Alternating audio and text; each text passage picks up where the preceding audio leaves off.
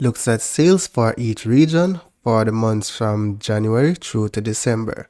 So the first thing that you want to do is click in the first cell and drag your cursor all the way to the last cell of the data set that you want to add in your line chart.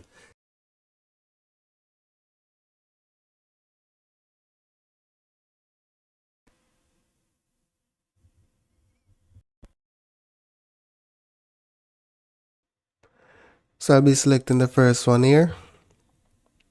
You can drag the corner of the chart to maximize it. To add your chart title, double click in the chart title section and then enter your chart title. To add labels to your line, right click the line that you want to add the label to, then select add data labels. You can add the data label directly to the line or you can add a data callout. So the callouts looks just like this, while the regular data label looks like this. And that's basically it. Don't forget to leave a like or comment on this video.